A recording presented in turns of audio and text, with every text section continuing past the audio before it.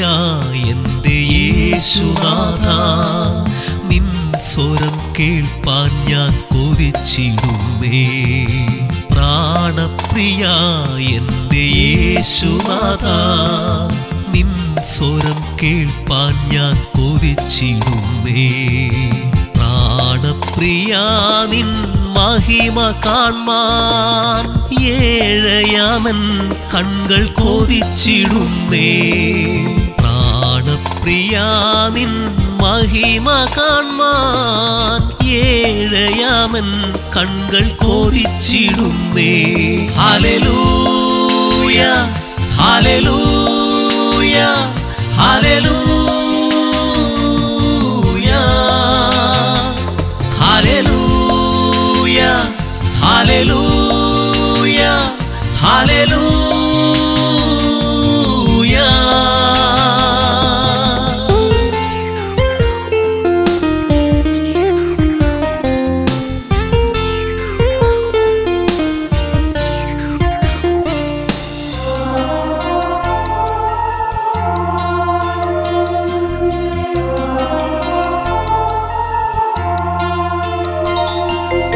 ഇസഹാക്കിലൂടെ സാറായി നിറച്ചവൻ, ശമൂവേലിൽ ഹന്നായി ആശ്വസിപ്പിച്ചവൻ. ഇസഹാക്കിലൂടെ സാറായി നിറച്ചവൻ, ശമൂവേലിൽ ഹന്നായി ആശ്വസിപ്പിച്ചവൻ.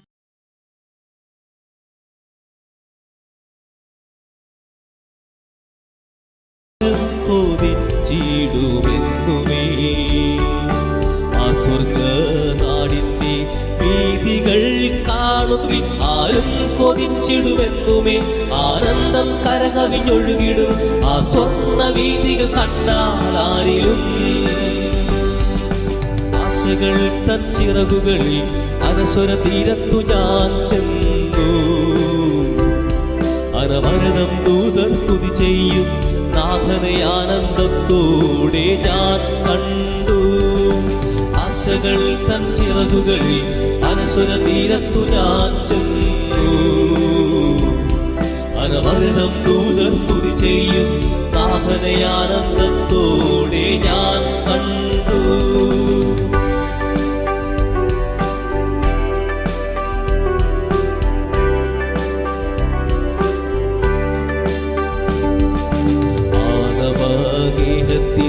കാഴ്ചമാരോഗ്യമാം ആനോദമേകുമയാനിലും, ആനവഗേഹത്തിൻ കാഴ്ചമാരോഗ്യമാം ആമോദമേകുമയാനിലും, ആത്മസ്വരൂപനമീശ്വരെ ആമോദമോടെ ശുദ്ധ വാഴ്ത്തുവേ.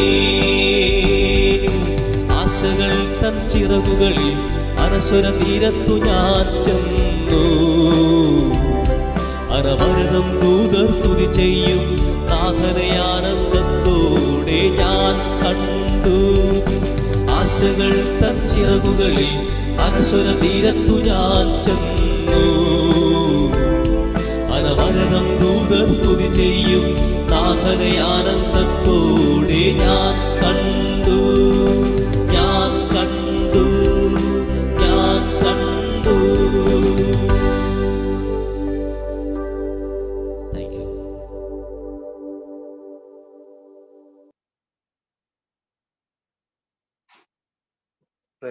ഹല്ലേലൂയ. സ്തോത്രം സ്തോത്രം സ്തോത്രം. കരുണയുള്ള കർത്താവേ, നല്ല യേശുവേ, പ്രാർത്ഥിക്കുന്നു ഈ രാത്രിയിലും കർത്താവേ അങ്ങയുടെ വചനം ചിന്തിക്കുവാൻ, വചനം പഠിക്കുവാൻ കർത്താവെ ഞങ്ങൾക്ക് ഒരു നല്ല അവസരം കൂടി ഒരുക്കി തന്നതിനായി നന്ദി പറഞ്ഞ് ഞങ്ങൾ സ്തുതിക്കുന്നു കർത്താവെ.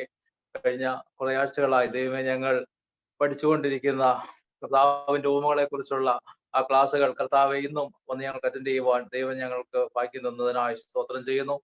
പ്രത്യേകമായി ഇന്ന് വചനം ഞങ്ങളോട് സംസാരിക്കുവാൻ, ഞങ്ങളെ പഠിപ്പിക്കുവാൻ കർത്താവ് അയച്ചിരിക്കുന്ന ദൈവത്തിന്റെ ദാസനായ അനിൽ സാറിന് വേണ്ടി ഞങ്ങൾ പ്രത്യേകം പ്രാർത്ഥിക്കുന്നു. കർത്താവിന്റെ ദാസനെ ബലപ്പെടുത്തണമേ. കർത്താവെ, ഞങ്ങളോട് അങ്ങയുടെ വചനം സംസാരിക്കുമ്പോൾ ഞങ്ങളുടെ ഹൃദയങ്ങളിൽ അതെല്ലാം മനസ്സിലാകുവാനും വെളിപ്പെടുവാനും ഞങ്ങൾക്കതെല്ലാം വലിയ അനുഗ്രഹമായി തീരുവാനും കാരണമാകട്ടെ എന്ന് ഞങ്ങൾ പ്രാർത്ഥിക്കുന്നു. പ്രത്യേകമായി ഈ ദൈവവചനം പഠിക്കുവാനുള്ള ഈ പ്ലാറ്റ്ഫോമിന് വേണ്ടി ഞങ്ങൾ പ്രാർത്ഥിക്കുന്നു. എബനേസർ ബൈബിൾ ട്രെയിനിങ് സെന്ററിന് വേണ്ടി, എബനേസർ ഗോസ്ബൽ മിനിസ്ട്രിക്ക് വേണ്ടി കർത്താവെ അടിയങ്ങൾ പ്രാർത്ഥിക്കുമ്പോൾ ദൈവം ആക്കി വെച്ചിരിക്കുന്നവരായ ശുശ്രൂഷകരെ, അബു ബ്രദറിനെയും ഷീന സിസ്റ്ററെയും കർത്താവിന്റെ കരങ്ങളിൽ ഏൽപ്പിച്ച് പ്രാർത്ഥിക്കുന്നു. ദൈവം അവരെ ശക്തിപ്പെടുത്തണമേ. അവരുടെ ശുശ്രൂഷകളിൽ ദൈവം കൂടെ ഇരുന്ന് സഹായിക്കണമേ. കർത്താവ് പ്രത്യേകിച്ച് ഈ ശുശ്രൂഷയുടെ ഭാഗമായി ശുശ്രൂഷയെ നിയന്ത്രിച്ചുകൊണ്ട് ഇപ്പോൾ കർത്താവെ കുഞ്ഞുങ്ങൾ കർത്താവ് ഇതിനെയെല്ലാം കൈകാര്യം ചെയ്യുമ്പോൾ കർത്താവിന്റെ കൃപ മക്കളോടും കൂടെ ഇരിക്കുമാറാകണമേ എന്ന് ഞങ്ങൾ പ്രാർത്ഥിക്കുന്നു. ഇന്ന് ഈ വചനം പഠിക്കുവാനായി കടന്നു വന്നിരിക്കുന്ന എല്ലാവരെയും ദൈവകരങ്ങളിലേക്ക് ഞങ്ങൾ ഏൽപ്പിക്കുന്നു. കർത്താവിന്റെ ആത്മാവ് എല്ലാവരുടെയും കൂടെ ഇരുന്ന് അവരെ സഹായിക്കുമാറാകണമേ നിങ്ങൾ പ്രാർത്ഥിക്കുന്നു. ഈ മീറ്റിംഗ് അനുഗ്രഹകരമാക്കി തീർക്കുവാൻ ദൈവപരിശുദ്ധാത്മാവെ ഞങ്ങൾ പ്രാർത്ഥിക്കുന്നു, യാചിക്കുന്നു. അങ്ങയുടെ സാന്നിധ്യം ഞങ്ങളോട് കൂടെ ഇരിക്കുമാറാകണമേ. സകല പ്രാർത്ഥനകളും യാചനകളും കർത്താവ് യേശുവിന്റെ നാമത്തിൽ പിതാവെ സമർപ്പിക്കുന്നു. പ്രാർത്ഥന കേൾക്കുന്നതിനായി സ്തോത്രം. യേശുവിന്റെ നാമത്തിൽ തന്നെ, ആമേൻ.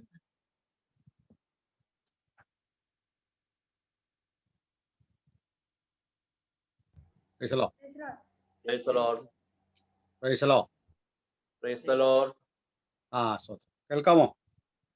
Yes. കേൾക്കാം.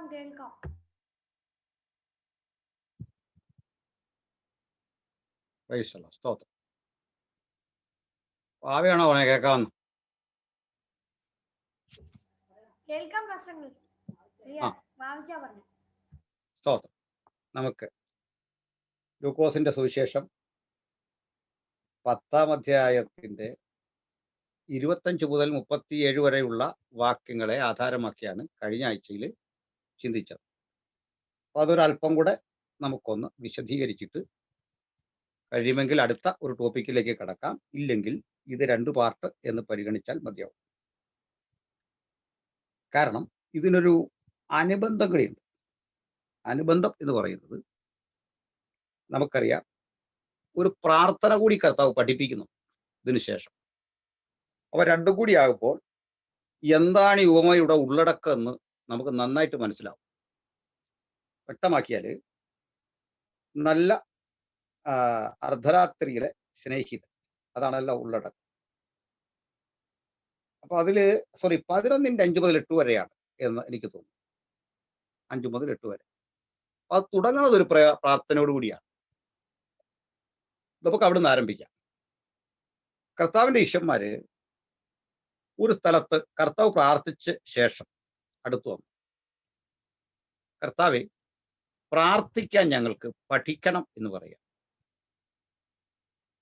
വളരെ കാര്യങ്ങൾ പഠിക്കേണ്ടവരാണ് മനുഷ്യൻ. പക്ഷേ യേശുവിൻ്റെ കൂടെ നടന്ന അപ്പോസ്തലന്മാര് എത്രയോ കാര്യങ്ങൾ, മറ്റ് കാര്യങ്ങൾ യേശുവിൽ നിന്ന് പഠിക്കാനുണ്ടായിരുന്നു. ഉദാഹരണം, കർത്താവെ, നീ ചിലപ്പോഴൊക്കെ കടലിൻ മീതെ നടക്കുന്നത് ഞങ്ങൾ കണ്ടിട്ടുണ്ട്.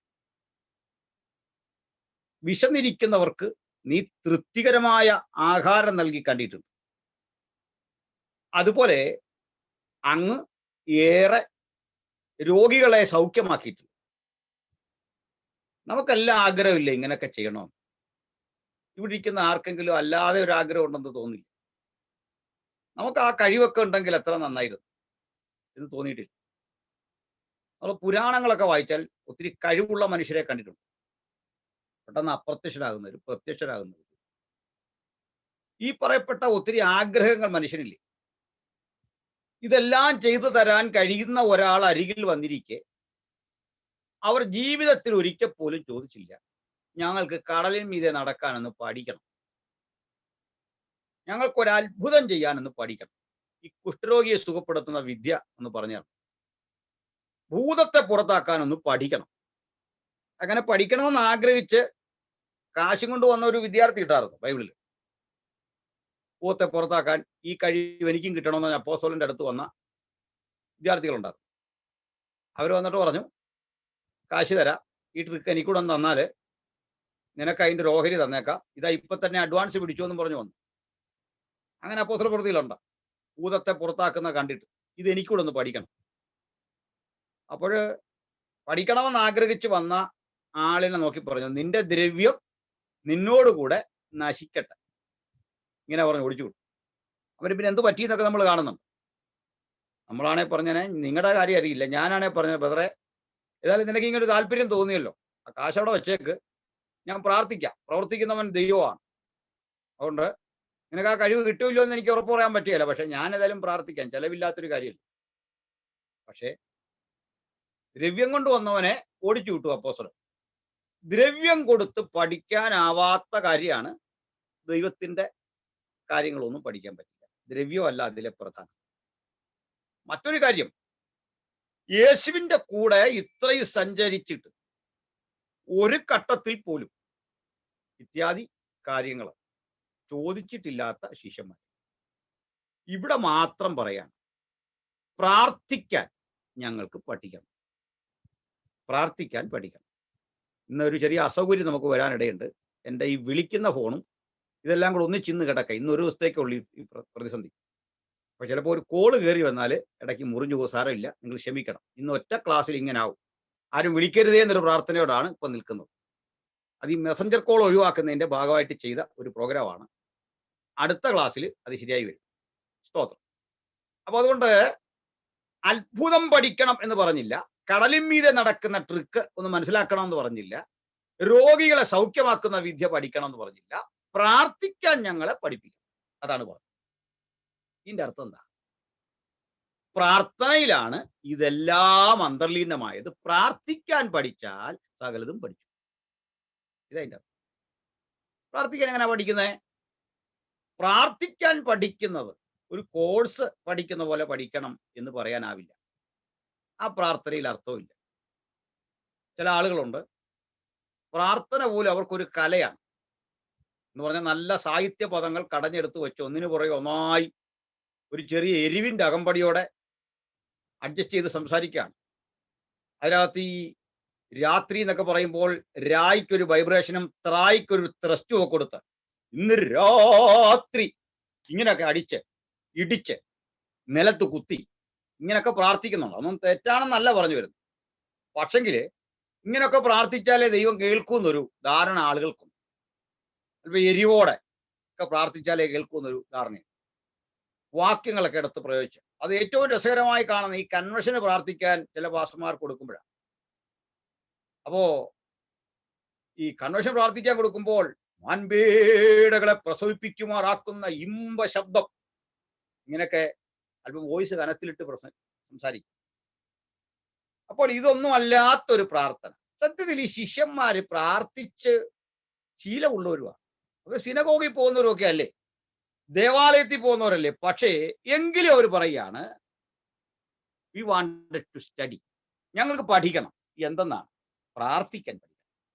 അതിന്റെ അർത്ഥം പലരും സിനഗോഗിൽ ചെല്ലുന്നത് പ്രാർത്ഥിക്കുന്ന ഇവര് കണ്ടിട്ടുണ്ട്, ഇവരും പ്രാർത്ഥിച്ചിട്ടുണ്ട്.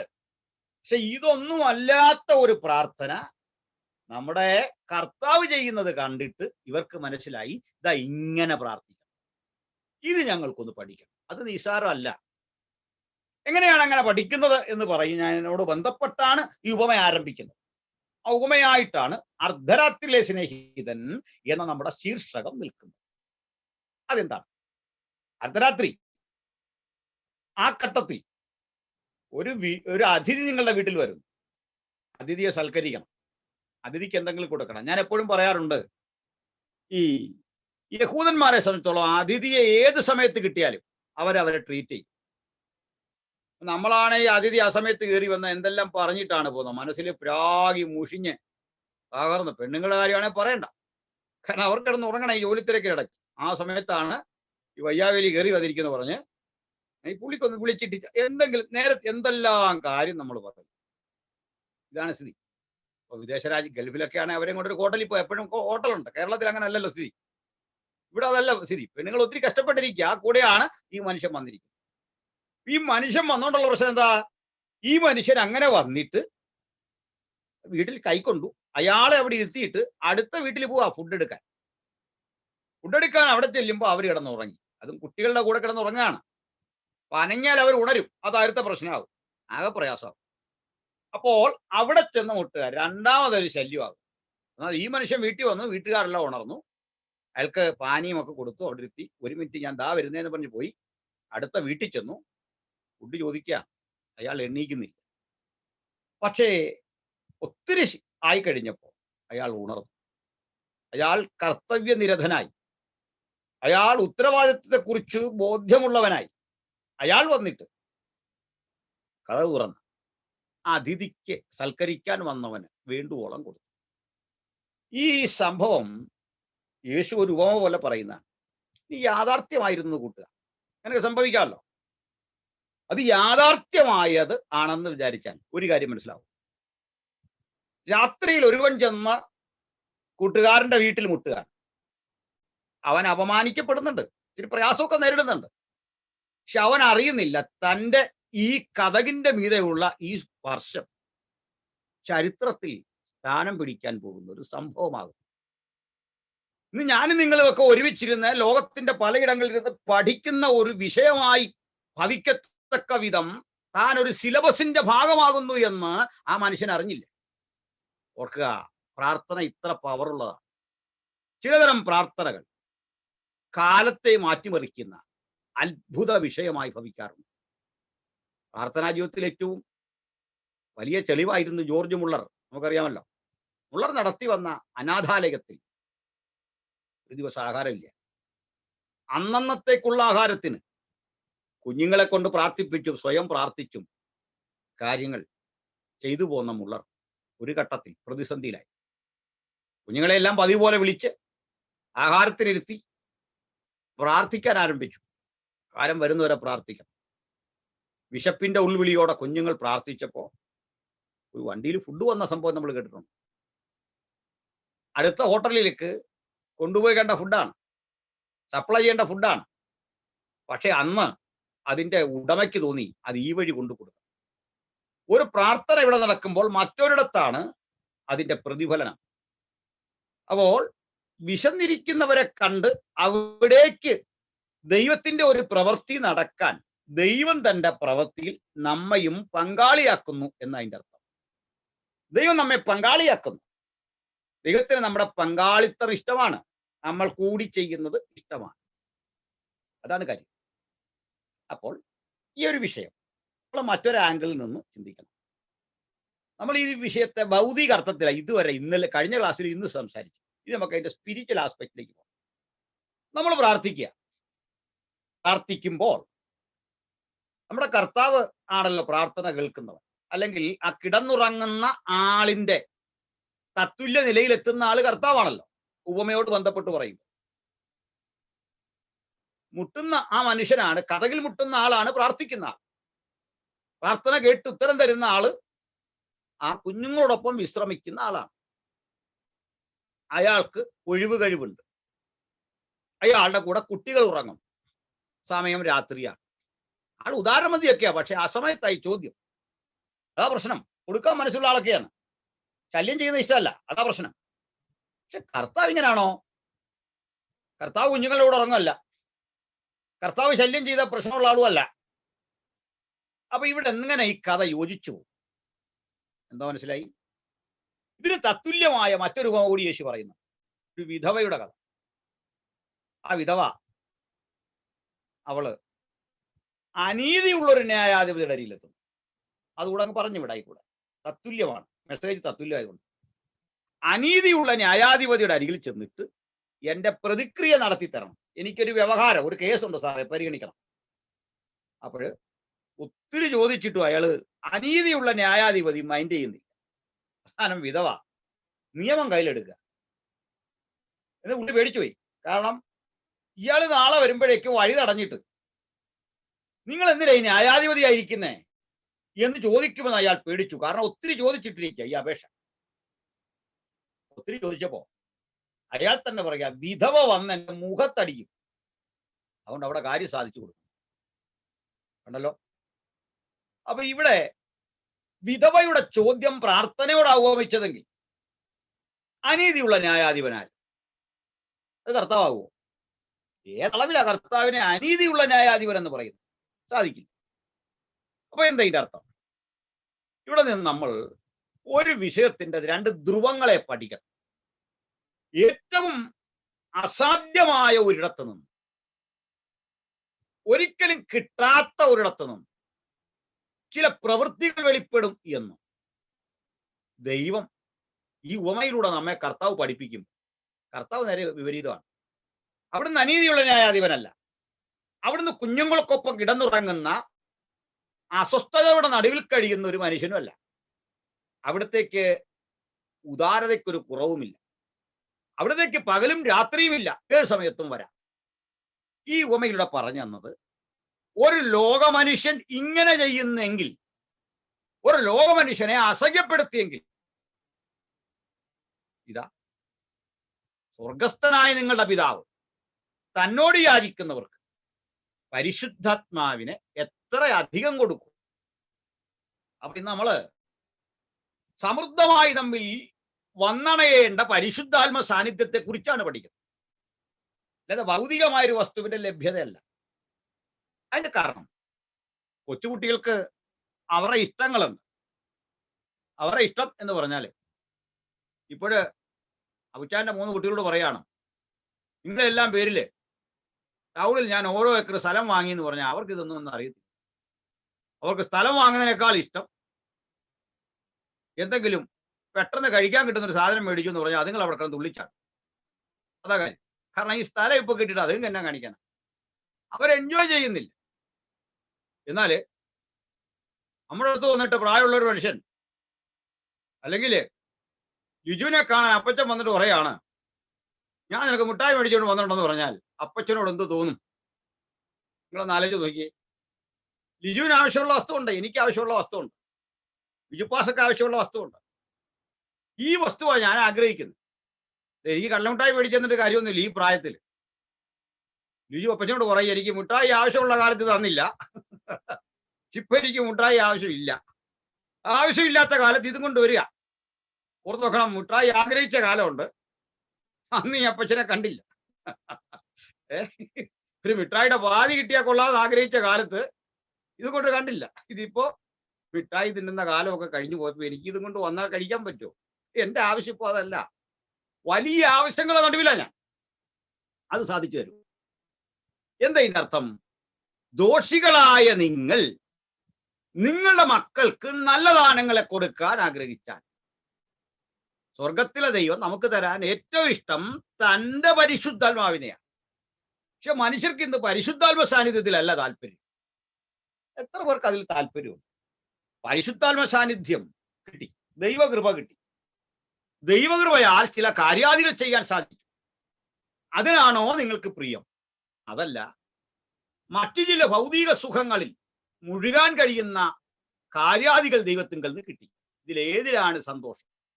തീർച്ചയായിട്ടും ഒരു നല്ല വാഹനം കിട്ടുന്ന സന്തോഷമാണ്, നല്ല ഫുഡ് കിട്ടുന്ന സന്തോഷമാണ്, ഒരു യാത്ര പോകുന്ന സന്തോഷമാണ്. പക്ഷേ ആത്മനിറവിന്റെ ആഴങ്ങളിലേക്ക് ദൈവം നമ്മെ നയിക്കുന്നു എന്നത്, അതിൽ എത്ര പേർക്ക് എൻജോയ് ചെയ്യാൻ സാധിക്കും? എന്ത് തൃപ്തി അതുവഴി കിട്ടുന്നുണ്ടോ? മറ്റൊരു വിധത്തിൽ പറഞ്ഞാൽ, പ്രാർത്ഥന നിങ്ങൾക്ക് മുഷിയുന്നുണ്ടോ? പ്രാർത്ഥിക്കാതിരിക്കത്തക്ക വിധം ഒരു വല്ലായ്മ നിങ്ങളെ ഗ്രസിക്കുന്നുണ്ടോ? പ്രാർത്ഥന എന്ന ജീവിതചര്യയുടെ ഭാഗം നിങ്ങൾക്ക് ആസ്വദിച്ചു പോകാൻ കഴിയുന്നുണ്ടോ? പ്രയർ ആസ്വദിക്കാൻ സാധിക്കണം. മറ്റൊരു വണ്ട വിഷയത്തെ ഏറ്റെടുത്ത് ചെയ്യാൻ സാധിക്കണം. അത് ആത്മനിറവ്. അതെപ്പോഴും കിട്ടിയെന്ന് വരികയില്ല. പ്രിയപ്പെട്ട, പ്രാർത്ഥന ഒരു ഗിഫ്റ്റാണ്. ആ ഗിഫ്റ്റിനെ എങ്ങനെ ഉപയോഗിക്കണം എന്ന് പറയുക, ഇടവിടാതെ ചെയ്യേണ്ട ഒരു ഗിഫ്റ്റ്. അപ്പോൾ കാരണം പ്രാർത്ഥന കേവലം എന്തെങ്കിലും കിട്ടുന്നൊരു വഴി മാത്രമല്ല, അതുവഴി ഒരു കാര്യം ഓർക്കണം. ഒരു സോക്കറ്റിൽ കുത്തിവെക്കുന്ന ഒരു കേബിള്, ഇലക്ട്രിസിറ്റി പായാനുള്ള എന്തെങ്കിലും സംവിധാനം, അത് നിരന്തരമായ ആ ഇലക്ട്രിക് പ്രവാഹം ആ വസ്തുവിനെ എങ്ങനെ പരുവപ്പെടുത്തിയെടുക്കും? അപ്പൊ നിരന്തരമായി വൈദ്യുതിയോട് സഹകരിച്ച, വൈദ്യുതി പ്രസരണത്തിന് ഒരു ചാലകശക്തിയായി ഭവിച്ച ആ മീഡിയ ഉണ്ടല്ലോ, എന്നതുപോലെ ദൈവകൃപ നിരന്തരം ഒഴുകിയ ഒരനുഭവത്തിലേക്കാണ് ഈ വ്യക്തി ആയിത്തീരുന്ന പ്രാർത്ഥന വഴി. അതിന് കാരണമുണ്ട്. ഇപ്പൊ ഞങ്ങളെയൊക്കെ സംബന്ധിച്ചോളം, ഞാൻ ആനിക്കാട് സാറുമായിട്ട് ഇന്ന് നമ്മുടെ തന്നെ ഒരു പ്രോഗ്രാമിൽ പകല് പോകായിരുന്നു, ഒരു വണ്ടിക്ക് ഒന്നിച്ചാണ് പോയത്. അപ്പൊ അദ്ദേഹം പറയായിരുന്നു, ഈ സ്റ്റേജിൽ നിന്ന് പ്രസംഗിച്ച, അല്ലെ അതിനുവേണ്ടി ത്യാഗം സഹിച്ച് രാത്രിയൊക്കെ പോയിട്ട് വരുന്നൊരു കാലമുണ്ട്. ഞങ്ങൾ 2 മണിക്കൊക്കെ 2:30 മണിക്കൊക്കെയാണ് വീട്ടിലെത്തുന്നത്. അപ്പോ പലപ്പോഴും എന്റെ വാഹനം ഓടിച്ചിട്ടുള്ള ഒരാളാണ് ലിജു. ആ ഉറക്കച്ചടവോടെ രാത്രി വാഹനം ഓടിച്ച് ദീർഘദൂരം പോയി വരികയൊക്കെ ചെയ്യുന്ന ഒരു റിസ്ക് ആണ്. ക്ഷീണിച്ചാണ് വരുന്നത്. നല്ല ആഹാരം കഴിക്കാൻ പറ്റില്ല. കാരണം ആഹാരം നല്ലതില്ലാഞ്ഞിട്ടല്ല, ആ സംസാരിച്ച് കഴിഞ്ഞ് കഴിക്കാൻ വയ്യ. അങ്ങനെയൊക്കെയാണ്. പക്ഷെ ഇപ്പോൾ യോഗങ്ങളില്ല അങ്ങനെ. അതൊരു നഷ്ടബോധം പോലെ ഞങ്ങളെ ഭരിക്കുകയാണ്. സ്റ്റേജിൽ നിന്നിട്ട് എത്ര നാളായി, പ്രസംഗിച്ചിട്ട് എത്ര നാളായി. ആ ആഗ്രഹം ഇങ്ങനെ വർദ്ധിക്കാനൊരു കാരണം ഈ ദൈവസാന്നിധ്യത്തിന്റെ നിരന്തരതയില്ലേ, നമ്മിലേക്ക് വ്യാപരിക്കേണ്ട ദൈവസാന്നിധ്യത്തിന്റെ ആ നിരന്തരത, അത് പ്രസംഗം വഴി, പാട്ടുവഴി, പ്രാർത്ഥന വഴി നിരന്തരമായൊരു വ്യായാമമാണ്. ഇടവിടാതെയുള്ള മുട്ടലാണ്, ഇടവിടാതെയുള്ള സ്പർശമാണ്, ഇടവിടാതെയുള്ള യാതനയാണ്. അത് ദൈവത്തോടുള്ളൊരു നിരന്തര ബന്ധത്തെ ഉദ്ദീപിപ്പിക്കുന്ന ഘടകമാണ്. അതുവഴി അറിയാതെ ഈ വ്യക്തി സ്വയം പരിവർത്തനത്തിന് വിധേയമാവുകയാണ്. അതിനൊരു ഉദാഹരണം ഞാൻ പറയാം. ഒരിക്കൽ ഒരു മനുഷ്യന്റെ അരികിൽ, പ്രാർത്ഥിക്കുന്ന ഒരു ദൈവാസന്റെ അരികിൽ തൈറോയ്ഡ് ബാധിച്ച ഒരു സ്ത്രീ. അപ്പോ തിരക്കിനിടയിൽ ഇവരുടെ തൈറോയ്ഡ് വല്ലാതെ ഇങ്ങനെ നിൽക്കുകയാണ്. തിരക്കിനിടയിൽ ഈ മനുഷ്യൻ ഇവരെ കണ്ടിട്ട് പറഞ്ഞു, ഒരു എക്സസൈസ് നിങ്ങൾക്കുണ്ട്. എന്താ? അതേപോലെ ഒരു 200 പേജിന്റെ ബുക്ക് ഒരു പേനയും കൊടുത്തിട്ട് പറഞ്ഞു, തിരിച്ചു പോകും, ഇന്ന് ഞാൻ പ്രാർത്ഥിക്കുന്നു, എനിക്കൊരു നിയോഗമില്ല, നീ വീട്ടിൽ ചെല്ലണം, ഈ ബുക്ക് എടുക്കണം, എന്നിട്ട് 10,000-ത്തിലധികം തവണ, 10,000 മിനിമം വേണം, എഴുതണം, ഞാൻ നിന്നെ സൗഖ്യമാക്കുന്ന യഹോവ. 1, 2 എഴുതി പോണം. എഴുതി പോയിട്ട് ഓരോ തവണയും ഇങ്ങനെ എഴുതി ദൈവത്തിന് സ്തോത്രം ചെയ്ത് എഴുതി ഇത് എഴുതുന്നതിനനുസരിച്ച് പറയുകയും വേണം. ഓക്കോ, എന്നിട്ട് വന്നാൽ മതി. എത്ര നാളെടുക്കും അത് കഴിഞ്ഞ് വന്നാൽ മതി. ഈ സ്ത്രീക്ക് ഒരു മടുപ്പ് പോലെ തോന്നിയപ്പോ പെട്ടെന്ന് ഇവർക്ക് തോന്നി, യോർദാനിൽ 7 തവണ മുങ്ങാൻ പറഞ്ഞു നയമാന്റെ അനുഭവം. ഇത്രയത് എഴുതിയാ പോരെ, അന്ന് ചെയ്യാം. അവരെഴുതി. 2 ആഴ്ച കഴിഞ്ഞ് ഈ നോട്ട്ബുക്ക് മുഴുവൻ നിറഞ്ഞു. ഇതുമായി തിരിച്ചു വന്നിട്ട്, ഇത്രയും ചെയ്തു കഴിഞ്ഞാൽ ഞാൻ നിനക്ക് വേണ്ടി പ്രാർത്ഥിക്കും, വരൂ. ഇവർ വന്നു. ഇവർ കയറി വന്നിട്ട് ഇദ്ദേഹത്തെ കാണിച്ചു. ഇദ്ദേഹം ഓടിച്ചൊന്ന് വെരിഫൈ ചെയ്യും. 10,000-ത്തിലധികം തവണയുണ്ട്. നീ ഇതൊക്കെ എഴുതിയപ്പോൾ ഉച്ചത്തിൽ പറഞ്ഞുവോ? പറഞ്ഞു. ലാസ്റ്റ് എഴുതി എന്നാണ്? ആ സമയവും പറഞ്ഞു. അപ്പോൾ ഞാൻ നിനക്ക് വേണ്ടി പ്രാർത്ഥിക്കാൻ പോവുകയാണ്. നീ ആ കരം രോഗമുള്ള ഭാഗത്തേക്ക് വെക്കുക. അവർ കരം വെച്ചു. കരം വെച്ചിട്ട് അവര് ഇങ്ങനെ സ്പർശിച്ചിട്ട് പറയുകയാണ്, അയ്യോ, ആ ട്യൂമർ അവിടെ കാണുന്നില്ല. അവർ ചാടാൻ തുടങ്ങി, അവർ നൃത്തം ചെയ്യാൻ തുടങ്ങി, അവർ അത്ഭുതപ്പെടാൻ തുടങ്ങി.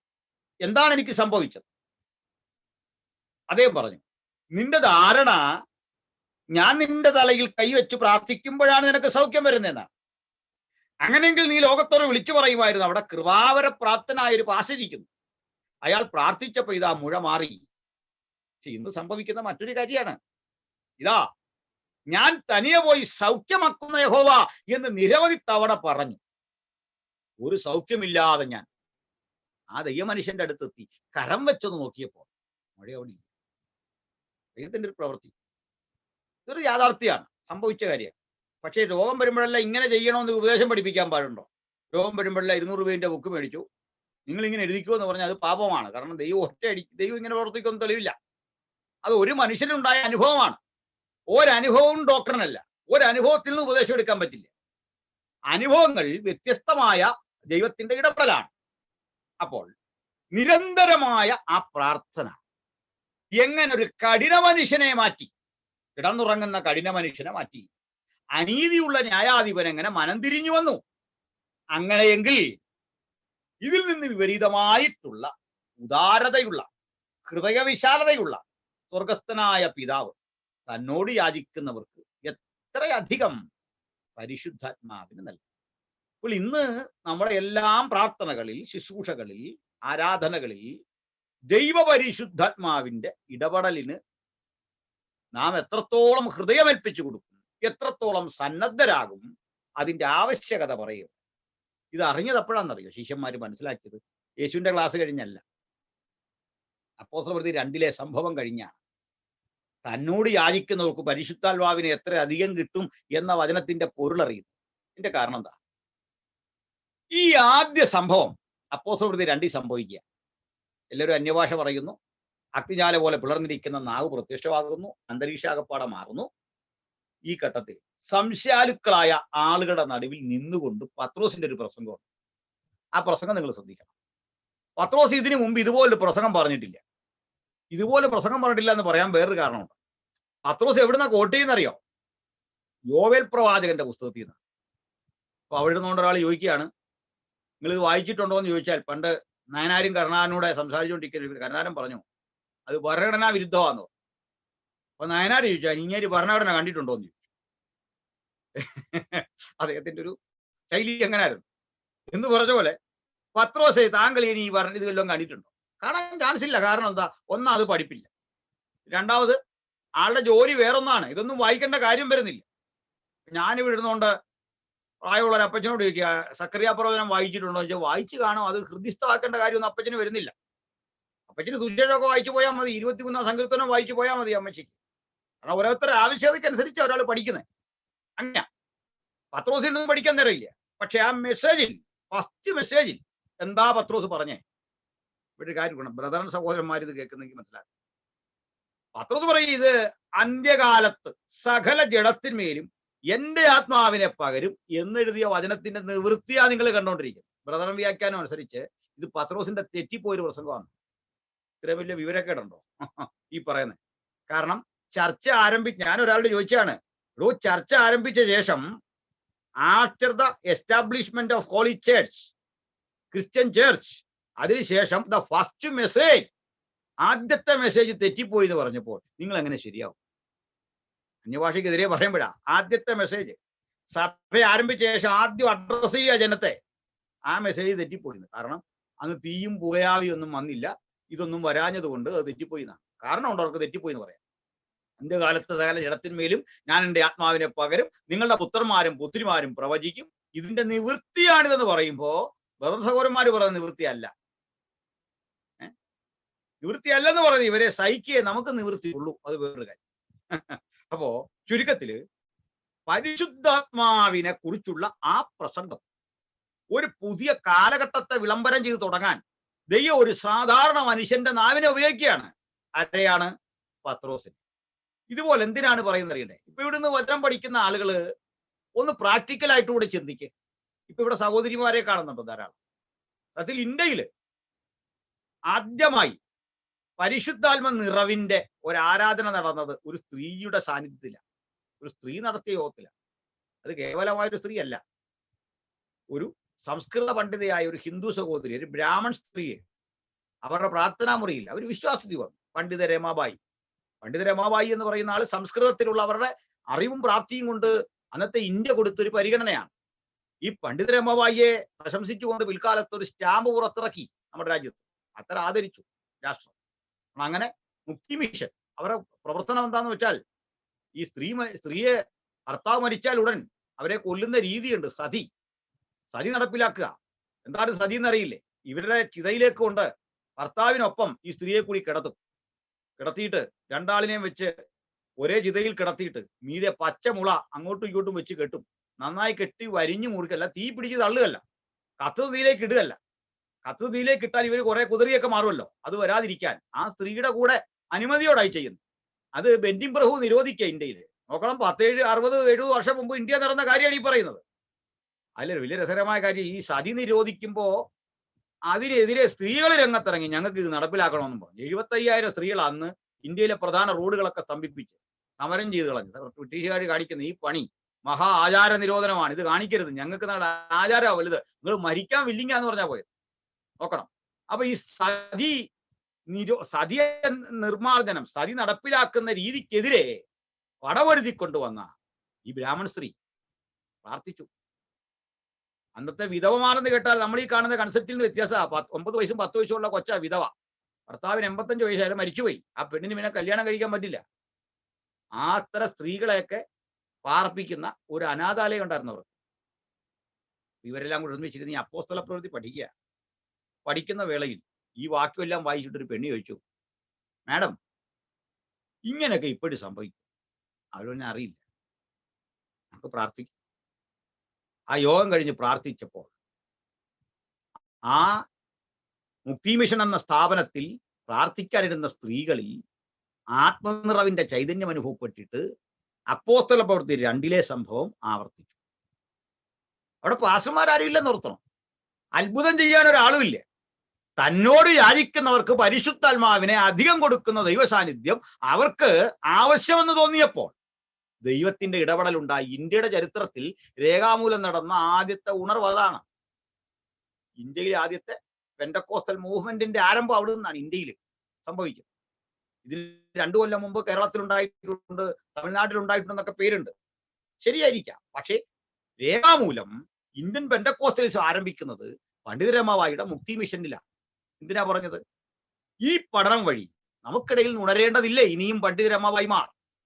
നമുക്ക് ഇവിടെ ഇരിക്കുന്ന സ്ത്രീകൾ, സഹോദരി സഹോദരന്മാർക്ക് ഇനിയും നിർവഹിക്കാൻ ഒത്തിരി ഉത്തരവാദിത്തങ്ങളുണ്ട്. ഒരു കാര്യം പറയുക, നിരന്തരമായ ഈ ദൈവാത്മ സ്പർശം, അതിനുവേണ്ടിയുള്ള ഈ ആത്മസമർപ്പണം വാതിൽ മുട്ടിക്കൊണ്ടിരിക്കുന്നവനെ കൊണ്ട് തമ്പുരാന് ചെയ്യാൻ പറ്റാത്ത ഒരു കാര്യവുമില്ല. ചിന്തിച്ചുറപ്പിച്ചാട്ടെ. ഇതിനു വേണ്ടിയാ പഠിക്കുക. അപ്പൊ നമ്മുടെ അനന്ത സാധ്യതകൾ മുമ്പിൽ കിടക്കുക.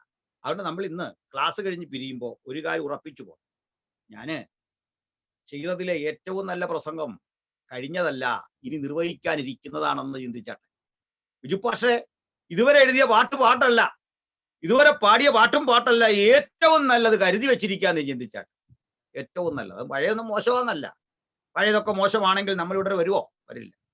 മരണത്തിന്റെ മുമ്പും എനിക്ക് വലിയൊരു കർത്തവ്യം നിർവഹിച്ച് ഞാൻ ഇവിടുന്ന് പോകുമെന്ന് ചിന്തിച്ചാട്ടെ. ഞാൻ ഇതുവരെ പഠിപ്പിച്ച പാഠങ്ങളല്ല ഏറ്റവും വലുത്. ഏറ്റവും വലുത് ഞാൻ ചെയ്യാനിരിക്കുന്ന ഓരോരുത്തരും ചിന്തിച്ചാട്ടെ. അബുച്ചായ ഇന്നലകളിൽ ചെയ്തല്ല, ഇനിയും കിടക്കുന്ന വലിയ പ്രവൃത്തികൾ എന്ന് സ്വയം മനസ്സിനെ പഠിപ്പിച്ചാട്ടെ. വലിയ കാര്യങ്ങൾ തമ്പുരാൻ നമ്മളെ കൊണ്ട് ചെയ്യിക്കുന്നു എന്ന് ഹൃദയം കൊണ്ടൊന്ന് വിശ്വസിച്ചാട്ടെ. ഓരോരുത്തരും ധരിച്ചാട്ടെ, ഞാൻ ഇപ്പോൾ നിർവഹിച്ചതിൽ ചിലതൊക്കെ കൊള്ളാം, ചിലതൊക്കെ പോരാന്ന് എനിക്ക് തോന്നുന്നു. ആശങ്ക വേണ്ട. ഏറ്റവും നല്ലതിനെ ചെയ്യാൻ നിങ്ങളുടെ രോഗം ഒരു തടസ്സമല്ല, നിങ്ങളുടെ കയ്യിലെ ഇല്ലായ്മ ഒരു തടസ്സമല്ല, നിങ്ങളുടെ ഏതെങ്കിലും ബലഹീനതകൾ ചൂണ്ടിക്കാണിക്കേണ്ട. കാരണം ഇതാ ദുഷ്ടനായൊരു ന്യായാധിപന് തോന്നുക വിധവയുടെ കാര്യം പരിഹരിക്കണം.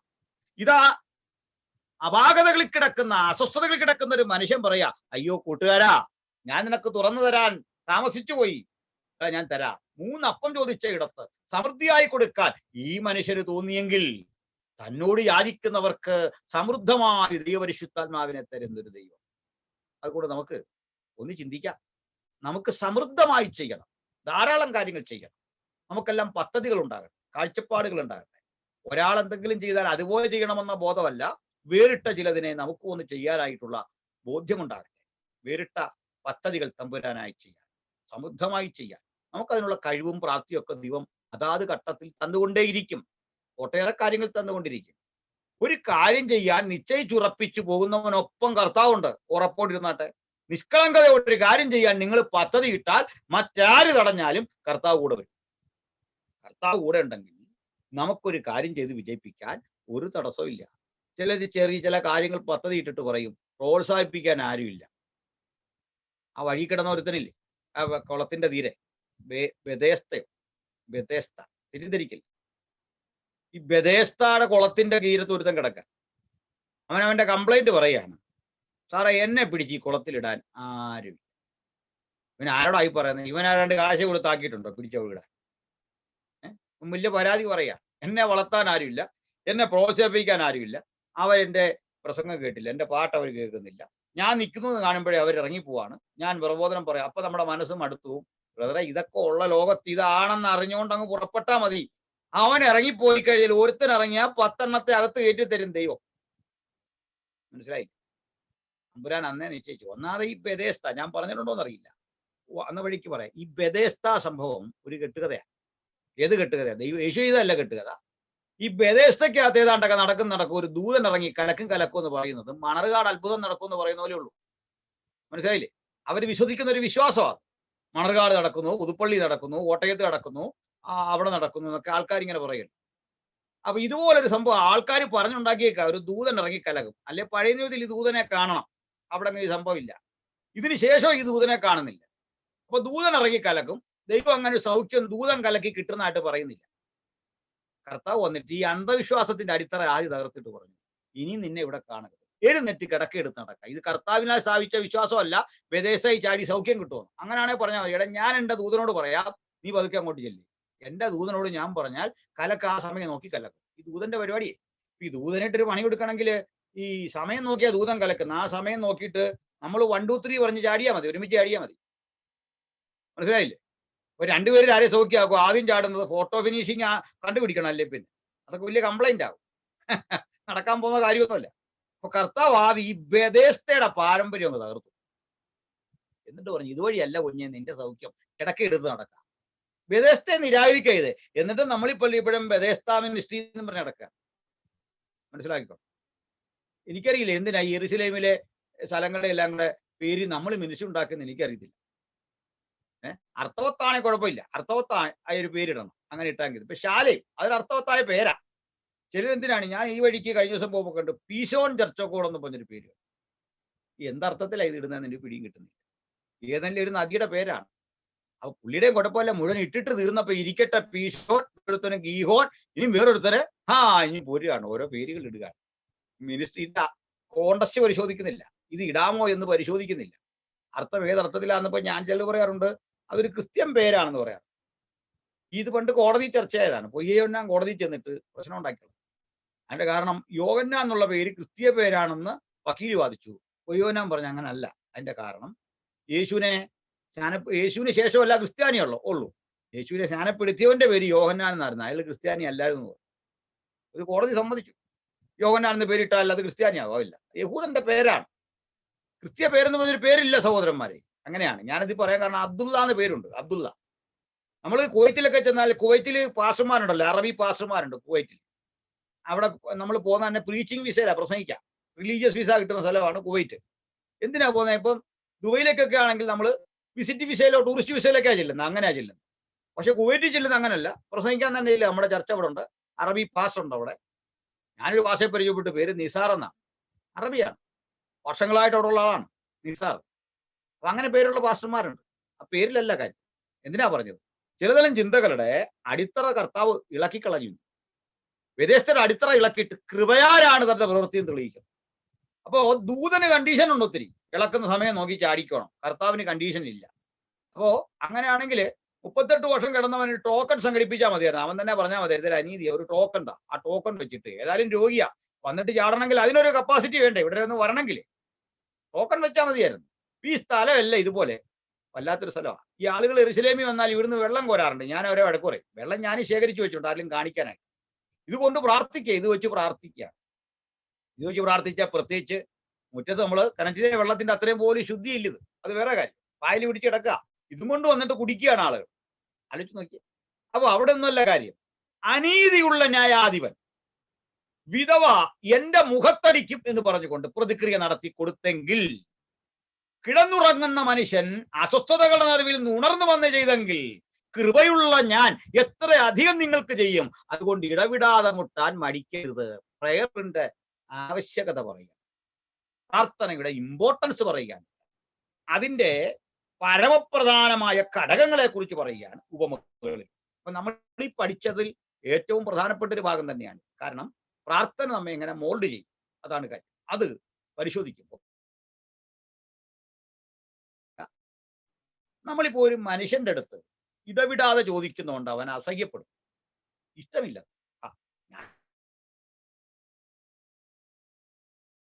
ഒരു കാര്യം പറഞ്ഞു 3-4 തവണ ചോദിച്ചാൽ എനിക്ക് ഒട്ടും ഇഷ്ടപ്പെടത്തില്ല. വീണ്ടും വീണ്ടും ഇത് തന്നെ ചോദിച്ചുകൊണ്ട് എങ്ങനെ നോക്കുന്നത്? സ്ത്രീകൾക്കൊരു കാര്യമുണ്ട്, ഒരു കാര്യം കിട്ടിക്കഴിഞ്ഞാൽ രാവിലെ മുതലേ ഇതങ്ങ് പറഞ്ഞു തുടങ്ങാം. രാത്രിയായാലും തീർക്കുകയല്ല. ഒരു കാര്യം പറഞ്ഞ് തീർക്കുകയല്ല എന്ത് ചെയ്യും? അപ്പോഴ് ഞാൻ ഓർത്ത് ഞങ്ങളുടെ അമ്മയാ ഏറ്റവും കൂടുതൽ ഇത് പറയുന്നത്. സാലിയെ കല്യാണം കഴിച്ചു കഴിഞ്ഞപ്പോൾ ഇവര് രണ്ടിൽ ആരായി ഒരു കാര്യം കൂടുതൽ പറയുന്നതെന്നുള്ള ഒരു ചിന്ത എനിക്ക് ഇതുവരെ അതിലൊരു തീരുമാനത്തിലെത്താൻ പറ്റിയിട്ടില്ല. ഒരു നിസാര കാര്യമായിരിക്കും പറയാം. ഒരിക്കലും ഒരു ദൈവാസനായിട്ട് നമ്മൾ സംസാരിച്ച പുള്ളി എന്നോട് പറഞ്ഞു, വീട്ടിൽ ഈ ചെറിയ പ്രയാസമൊക്കെയാ, പുള്ളിക്കാരുടെ മിണ്ടിയിട്ട് 2-3 ദിവസം ആയെന്ന്. ഞാൻ പറഞ്ഞ അത് വിട്ടുകളാ, നമ്മളതങ്ങ് വിട്ടേക്ക്. കാരണം നമ്മളിപ്പോ അവര് മിണ്ടിയില്ല, നമ്മൾ കയറിയൊക്കെ മിണ്ടണം. അത് പുള്ളിയോട് പറയാം, സാറേ അത് മിണ്ടണമെന്നുണ്ട്, അത് അവളൊന്ന് നിർത്തിയിട്ട് വേണ്ടേ എനിക്ക് എന്തോ ഒരു വാക്ക് പറയാനാണ്. പിടികിട്ടിയോ?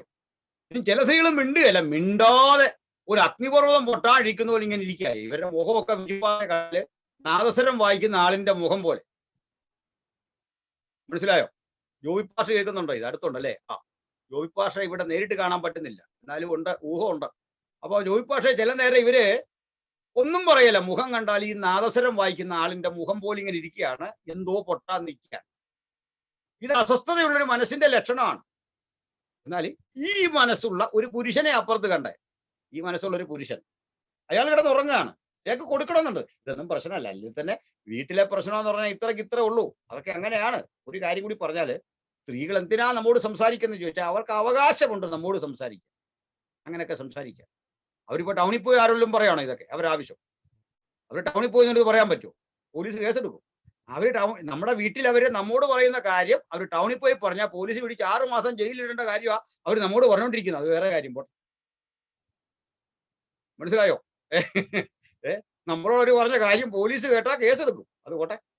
ചുരുക്കത്തില് അനീതിയുള്ള ന്യായാധിപൻ ഇടവിടാതെ കഥകിൽ മുട്ടുന്ന കേട്ടപ്പോ കഥക് തുറന്നു. അപ്പൊ ഇവര് പശ്ചാത്താപം വരികയാണ്. ഒരു ക്രൂരനെ പശ്ചാത്തപിപ്പിക്കുന്ന ഒന്നായി പ്രാർത്ഥന മാറി. ഞാന് ഇവിടെയാണോ പറഞ്ഞെന്നറിയില്ല. പണ്ട് നമ്മുടെ രാജ്യത്ത് ആളുകളെ കൂട്ടക്കൊല ചെയ്യുന്ന കൂടെ ഒരു മനുഷ്യൻ ഇങ്ങനെ പ്രാണൻ അപേക്ഷിക്കുകയാണ്, കൊല്ലരുതേ. ആ ചിത്രം ആളുകളെ ഞടുക്കമുണ്ടാക്കി, വെട്ടിക്കൊലപ്പെടുത്തി ചെല്ലുകയാണ് കൈകുപ്പി. അപ്പോ നമ്മൾ കണ്ടു, ഈ അഭയയാചന നടത്തുന്ന ഒരാളോട് നമുക്ക് സഹതാപം തോന്നും. നമുക്കറിയാലോ, തൂക്കിക്കൊല്ലുന്ന ആ രീതി അറിയാലോ. തൂക്കിക്കൊല്ലുന്നവൻ കുറ്റവാളിയാണ്, പക്ഷെ അവനെ മറ്റൊരു രൂപത്തിൽ അപമാനിക്കാൻ പാടില്ലെന്നാണ് നമ്മുടെ രാഷ്ട്ര നിയമം. ഇന്ത്യ വളരെ മനോഹരമാണ് അങ്ങനെയൊക്കെയുള്ള കാര്യങ്ങൾ. അയാളെ തൂക്കിക്കൊല്ലാൻ പോകുന്നതിന് മുമ്പ് അവന്റെ ആരോഗ്യനില പരിശോധിക്കണം, അതെല്ലാം എഴുതണം, അവന്റെ വെയിറ്റ് എടുക്കണം, നെഞ്ചളവെല്ലാം ഒരിക്കൽ കൂടി പരീക്ഷിക്കണം, പരിശോധിച്ച് എഴുതണം. എന്നിട്ട് തലേന്ന് രാത്രി ഇയാളുടെ തത്തുല്യ അളവിൽ മണൽ നിറച്ചൊരു ചാക്ക് കയറിൽ കെട്ടണം. ഈ കയറ് പ്രിപ്പയർ ചെയ്യുന്നതിന് തന്നെ രീതിയുണ്ട്. ആ കയറ് ചൂടാക്കിയ വെണ്ണയ്ക്കുള്ളിൽ, നെയ്ക്കുള്ളിലിട്ട് കുറച്ചു നേരം അതിന്റെ ക്ലേസിങ് കറക്റ്റ് ആക്കണം. എന്നിട്ടാണ് ഇതിന്റെ കുരുക്കുണ്ടാക്കുന്നത്. ആരാച്ചാരി ഇവന് മുഖാമുഖം കാണാൻ പാടില്ല. അദ്ദേഹത്തെ കൊണ്ട് നിർത്തിയിട്ട് അങ്ങോട്ട് വരുന്നതിന് മുമ്പ് ചോദിക്കണം ഇഷ്ടപ്പെട്ട ഭക്ഷണം. അപ്പൊ ഇതൊക്കെ ചോദിക്കുമ്പോൾ അവരെ പരിഹസിച്ചൊന്നുമല്ല കൊണ്ടുപോകുന്നത്, മനുഷ്യത്വം അവനോട് കാണിക്കും. കാരണം അവന് ശിക്ഷ കിട്ടി, മരണം കൊടുത്തു, മരിക്കാൻ തുടങ്ങുന്നുണ്ട്, പിന്നെ ചെറിയ പറഞ്ഞിട്ട് കാര്യമുണ്ടോ? മരണശിക്ഷ കൊടുത്തേച്ച് പോകുന്ന വഴിക്ക് അവന്റെ അപ്പനെ വിളിച്ചിട്ട് കാര്യമുണ്ടോ? ഒന്നും പറ്റില്ല. പക്ഷെ ഇപ്പം ഞാന് വധശിക്ഷ എതിർക്കുന്ന ആളാ. എങ്ങനെയാണെങ്കിലും വധശിക്ഷ കൊടുക്കരുത് എന്ന അഭിപ്രായം എനിക്കല്ല. മരണം ഒരുവന്റെയും പ്രാണൻ എടുക്കാൻ ആർക്കും അധികാരമില്ല. ഇവൻ കൊന്നു കാണും, പക്ഷെ ആജീവനാന്തം അവനെ ജയിലിലിട്, അവിടെ കിടക്കട്ടെ, മരണം വരെയും കിടക്കട്ടെ. അപ്പോ ആർക്കും വധശിക്ഷ പാടില്ല എന്ന ഒരു ചിന്തയാണ് എനിക്കുള്ളത്, എന്റെ വ്യക്തിപരമായി. അപ്പൊ വധശിക്ഷയുടെ മുനമ്പത്ത് അയാൾ എത്തി നിൽക്കാൻ 100 പ്രശ്നങ്ങളിൽ മനസ്സ് സംഘർഷമാകുക. ആ മനുഷ്യരെ നോക്കിയാൽ നമുക്ക് സങ്കടം വരികയല്ലേ? വരും. അവൻ മരിക്കില്ല, പക്ഷെ അവന്റെ കുറ്റം കേൾക്കുമ്പോൾ നമുക്ക് അറപ്പ് വരുന്നത് കുറ്റത്തോടാണ്. ഭീകരം, ക്രൂരത, അവൻ അർഹിക്കുന്നു എന്ന് നമ്മൾ പറയേണ്ടി വരും. പക്ഷെ അവന്റെ ആ പിടയുന്ന രംഗം കണ്ടാൽ മരണം ഭീകരമാണ്, ആസ്വദിക്കാൻ ആർക്കും തോന്നൂല. അതും ഒരു സത്യം. ഇവിടെ എന്താ കാണുന്നത്? അനീതിയുള്ള ഒരു പ്രവൃത്തി ചെയ്തവനോട് പോലും കരുണ കാട്ടുന്ന ബോധം എങ്ങനെയാണ് ഉണ്ടാകുന്നത്? നമുക്കറിയാം, രാജീവ് ജിയെ കൊലപ്പെടുത്തിയ കേസിൽ അതിൽ ഇടപെട്ട ഒരു മനുഷ്യന്റെ ഭാര്യ പ്രഗ്നന്റ് ആണ്. ആ കുറ്റം വിളച്ചു കൊടുത്ത് അവളെ അതിൽ നിന്ന് വിമോചിപ്പിക്കാൻ ആരാണ് കോടതി മുമ്പാകെ അപേക്ഷ വെച്ചെന്ന് അറിയണ്ടേ? സാക്ഷാൽ സോണിയാജിയാണ്. രാജീവ് ജിയെ കൊല്ലാൻ ശ്രീ പെരുമ്പതൂരിൽ മനുഷ്യ ബോംബായി തനു എന്നൊരു പെൺകുട്ടിയുടെ ശരീരത്ത് ബോംബ് ഘടിപ്പിച്ച് വിട്ടിരിക്കുകയാണ്. ചാവേറാണ്. അവൾ വന്ന് ഈ രാജീവ് ജിയെ ഒരു ബൊക്കെ കൊടുത്തു. എന്നിട്ട് കുനിഞ്ഞ് അദ്ദേഹത്തിന്റെ കാലിൽ നമസ്കരിക്കുന്ന പോലെ അങ്ങോട്ട് വീഴുമ്പോൾ ബെൽറ്റ് ഘടിപ്പിച്ച ബോംബിന്റെ 2 അഗ്രങ്ങൾ അവ ഇങ്ങനെ സ്പർശിക്കാൻ പാകത്തിനാണ് വെച്ചിരിക്കുന്നത്. ആ 2 വയർ കഷണങ്ങൾ ഇങ്ങനെ ചേർന്ന് കഴിഞ്ഞാൽ ഈ സർക്യൂട്ട് കറക്റ്റ് ആവും. ബാറ്ററിയെ ഘടിപ്പിച്ചിരിക്കുക. അവളും പൊട്ടിത്തെറിച്ചു, രാജീവ് ജിയും മരിച്ചു. അത്ര ക്രൂരമായിരുന്നു അത്. അത് കണ്ട ദൃശ്യങ്ങളൊക്കെ കണ്ട നമ്മൾ ഇന്നും നമ്മളീ പല്ലുകൊണ്ട് ഇപ്പോൾ ഇവിടെ കിരാതമായിരുന്നു ആ രംഗം. അങ്ങനെ പച്ചക്ക് തൻ്റെ പ്രിയപ്പെട്ടവനെ കൊല ചെയ്ത, മുഖം പോലും ഇല്ല രാജീവ് ജിക്ക്, ചുംബിക്കാൻ മുഖമില്ലാതെ അദ്ദേഹം മരിച്ചു. അവിടെ ചിത്രം വെച്ചിരിക്കുകയായിരുന്നു. പക്ഷേ അതിൽ കൊല കുറ്റം ചുമത്തിയ പലരെയും വധശിക്ഷയ്ക്ക് വിധിച്ചു രാഷ്ട്രം, പരമോന്നത കോടതി. പലരെയും കൊന്നുകളഞ്ഞു. ഒരു സ്ത്രീയെ കൊന്നില്ല. കാരണം അവൾ പ്രഗ്നന്റ് ആയിരുന്നു, ഉള്ളിലൊരു ശിശുവുണ്ട്. മാത്രമല്ല അവളെ വെറുതെ വിടുവാൻ, പ്രത്യേക ഹർജി ഫയൽ ചെയ്യാൻ മുന്നിട്ടിറങ്ങിയത് സാക്ഷാൽ സോണിയാഗാന്ധിയാണ്. എന്തിനാണിത്? ഒരു ജീവന്റെ വില. ഇതെന്തിനാണ് പറഞ്ഞത്? ഇത്ര ഉദാരത തന്റെ ഭർത്താവിനെ കൊന്നവരോട് ഒരു സ്ത്രീക്കുണ്ടെങ്കിൽ ഏത് കഠിന ഹൃദയനോടും ഹൃദയവിശാലതയോടെ പെരുമാറാൻ കഴിയുന്ന ഒരുവന്റെ ആ ഒരുവനാണ് ദൈവമെന്ന് സ്ഥിരീകരിക്കുന്ന രൂപമായാണിത്. ഇതിൽ പ്രാർത്ഥന എല്ലാം ഉണ്ട്. ആ പ്രാർത്ഥന വിഷയം തന്നെ വേറിട്ട് പഠിക്കേണ്ടതാണ്. നമുക്ക് ആ നിലയിലേക്ക് മറ്റൊരു ഘട്ടത്തിൽ വരാം. ഏതായാലും ഞാനൊന്ന് പറഞ്ഞ് അവസാനിപ്പിക്കട്ടെ. പ്രിയപ്പെട്ടവരെ, നമ്മൾ തിരുവെടുത്ത് പഠിക്കുമ്പോൾ ഒരു കാര്യം കർത്താവ് പഠിപ്പിച്ചു. ഞങ്ങളുടെ കടക്കാരോട് ഞങ്ങൾ ക്ഷമിച്ചവൻ. ഒരു ഉപമ അവിടുന്ന് പിറക്കുകയാണ്. അപ്പൊ ഞാൻ എന്ത് അർഹിക്കുന്നു എന്നത് എൻ്റെ ഒരു ഹൃദയ വിശാലതയുടെ കൂടി കാരണമായി തീരുന്നു എന്ന് പറയുക. എൻ്റെ കടക്കാരോട് ഞാൻ ക്ഷമിക്കണം. എങ്കിലേ, ഞാനിത് കഴിഞ്ഞ ദിവസം ഒരാളോട് പറഞ്ഞപ്പോൾ അദ്ദേഹം കമന്റ് ഇട്ടു, ഞാൻ ആർക്കും കടം കൊടുക്കാറില്ല, അതുകൊണ്ട് ക്ഷമിക്കേണ്ടി വന്നിട്ടില്ല. അപ്പോ ഒന്ന് ആലോചിച്ച്, കടം കൊടുക്കാറുമില്ല അതുകൊണ്ട് ക്ഷമിക്കേണ്ടി വന്നിട്ടില്ല, കൊടുക്കുന്ന സൗജന്യം കൊടുക്കുക അതുകൊണ്ട് ക്ഷമിക്കേണ്ടി വന്നിട്ടില്ല. തമാശക്ക് പറഞ്ഞാകാം. പക്ഷെ ഒന്ന് ഓർക്ക്, ഇടവിടാതെ മുട്ടിയപ്പോ, അയ്യോ എൻ്റെ സ്നേഹിതനല്ലേ നീ, എൻ്റെ ഉറക്കച്ചടവുള്ള കണ്ണുകളോടെ ഞാൻ കണ്ണു തിരുമ്പി ഇറങ്ങി വന്ന് ചോദിച്ചു, എന്താ വിഷയം? ഇതായിരുന്നു. സോറി ബ്രദറെ, ഞാനിപ്പോ ഉറങ്ങിപ്പോയി, നിനക്ക് തരാൻ ഞാൻ ബാധ്യസ്ഥനാ. നിനക്ക് എന്താ വേണ്ട? 3 അപ്പം. 3 കൊടുത്തത്, സമൃദ്ധിയോടെ കൊണ്ടുപോക്കട്ടെ. പറഞ്ഞു വേണ്ട 3 നീ കൊണ്ടുപോക്കോ, ആവശ്യം പറ്റും കൊണ്ടുപോയാൽ. അവനെ തൃപ്തിപ്പെടുത്തിയാട്ടെ. എത്ര നന്ദിയോടാകും അയാൾ അത് കൈപ്പറ്റിയത്. കൊടുത്തവനൊരു ചെറിയ കുറ്റബോധമുണ്ട്. പക്ഷേ നമ്മുടെ കർത്താവിനതില്ല. കാരണം നമ്മൾ മുട്ടുന്നുണ്ടോ എന്ന് കാത്ത് യേശു നിൽക്കും. ഇപ്പോഴും കർത്താവ് നമ്മളെ കാത്തു നിൽക്കുന്നു. ഞാൻ ചോദിക്കുന്നുണ്ടോ? അറിഞ്ഞവൻ പലതും ചെയ്യുന്നുണ്ട്. അറിഞ്ഞവൻ എത്രയോ കാര്യങ്ങൾ ഞാൻ ചോദിക്കാതെ തരുന്നു. ഞാൻ ചോദിക്കുമ്പോൾ അവൻ തരാൻ ഇഷ്ടപ്പെടുന്നത് മറ്റൊന്നുമല്ല, അവിടുത്തെ പരിശുദ്ധാത്മാവ്. ഒരു കാര്യം കൂടി പറഞ്ഞു. ഇന്ന് സുവിശേഷ പീഡകൾ വർദ്ധിച്ചു വരുന്നൊരു കാലമാണ്. തലയെറുത്ത് മാറ്റുന്നൊരു കാലമാണ്. ഇതൊക്കെ വരുമ്പോൾ നമുക്ക് ഭയം വരുമോ എന്നാണ് ഒരു ചോദ്യം. ഒരിക്കലും ഇല്ലെന്നാണ് എൻ്റെ മറുപടി. നിങ്ങൾ യേശുവിന് വേണ്ടി മരിക്കേണ്ട ഘട്ടം വന്നാൽ, നിങ്ങളെ തീയിലിട്ടാൽ, തലയെറിഞ്ഞ് മാറ്റാൻ ഒരു സാഹചര്യം ഉണ്ടായാൽ നിങ്ങൾക്ക് പേടിയൊന്നും വരികയല്ല. ആദ്യം വരും ഒരു പേടിയൊക്കെ വരും. നിങ്ങളൊന്നും നമ്മളാരും ഇങ്ങനെ കൈകുപ്പി പ്രാണം തരണേന്നൊന്നും പറയില്ല ബ്രദറെ, ധൈര്യമായിട്ടിരി. എന്താ കാര്യം തരുന്നത്? അന്നേരം നമുക്കൊരു പ്രത്യേക ധൈര്യം വരിക, ഒരു പ്രത്യേക ധൈര്യം. അതാ പരിശുദ്ധാത്മാവ്. പരിശുദ്ധാത്മാവ് നമ്മൾ പറയും, കുഞ്ഞെ നീ പേടിക്കൊന്നും വേണ്ട, ഭാര്യ ഓർത്ത് പേടിക്കണ്ട, മക്കളെ ഓർത്ത് പേടിക്കണ്ട, നിന്നെ ഓർത്തും പേടിക്കണ്ട. കാരണം നിന്റെ പദവിയാണ്. രക്തസാക്ഷിത്വം ഒരു പദവിയാണ്, നിസാരമായിട്ട് കാണാൻ പാടില്ല. ആ പദവിയിലേക്ക് നിന്നെ ഉയർത്തുകയാണ് ദൈവം. നീ ഏൽപ്പിച്ചു കൊടുത്താൽ മതി. ഇനി വേണ്ട, വിടുതലായ ചിലപ്പോൾ ദൈവം പദ്ധതി ഇട്ടിരിക്കും. തീ കൂടി കടന്നാൽ നീ വെന്തുപോകയില്ല. അപ്പോൾ വെന്തുപോകാതില്ല എന്നൊരു വാഗ്ദത്വമുണ്ട്. മറിച്ച് വേകേണ്ടി വന്നാലും അതിനെ അതിജീവിക്കുന്ന ഒന്നുകൂടി നമുക്കുണ്ട്. നിരന്തരമായ ദൈവസാന്നിധ്യ ബോധം നമ്മെ അങ്ങനാക്കി തീർക്കും.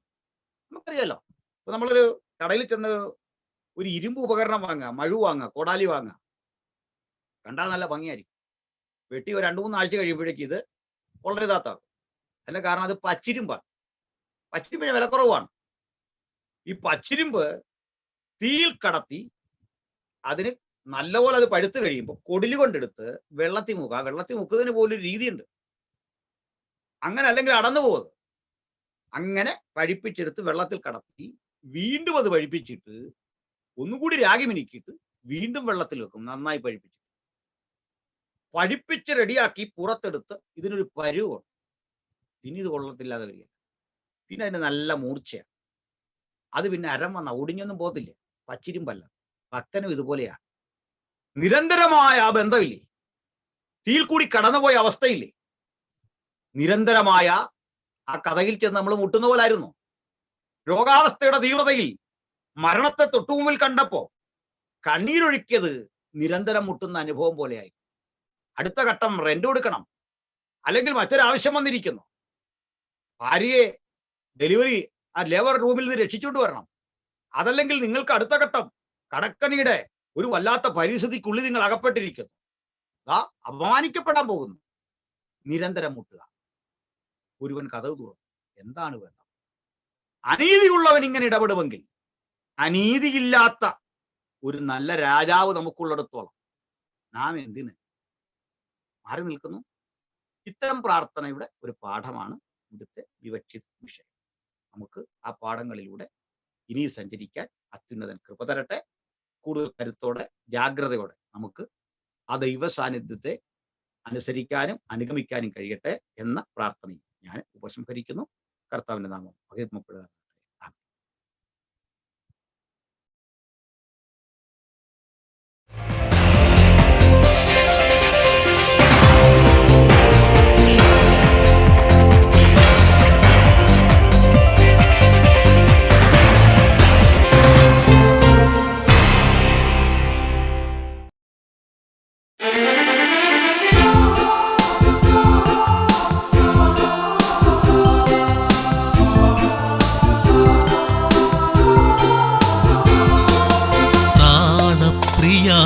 എന്റെ യേശുനാഥ, നിൻ സ്വരം കേൾപ്പാൻ ഞാൻ കൊതിച്ചിടുന്നേ. പ്രാണപ്രിയ എന്റെ യേശുനാഥ, നിൻ സ്വരം കേൾപ്പാൻ ഞാൻ കൊതിച്ചിടുന്നേ. പ്രാണപ്രിയ നിൻ മഹിമ കാൺമാൻ ഏഴയാമൻ കൺകൾ കൊതിച്ചിടുന്നേ. പ്രാണപ്രിയ നിൻ മഹിമ കാൺമാൻ ഏഴയാമൻ കൺകൾ കൊതിച്ചിടുന്നേ. ഹല്ലേലൂയ ഹല്ലേലൂയ ഹല്ലേലൂയ ഹല്ലേലൂയ ഹല്ലേലൂയ ഹല്ലേലൂയ.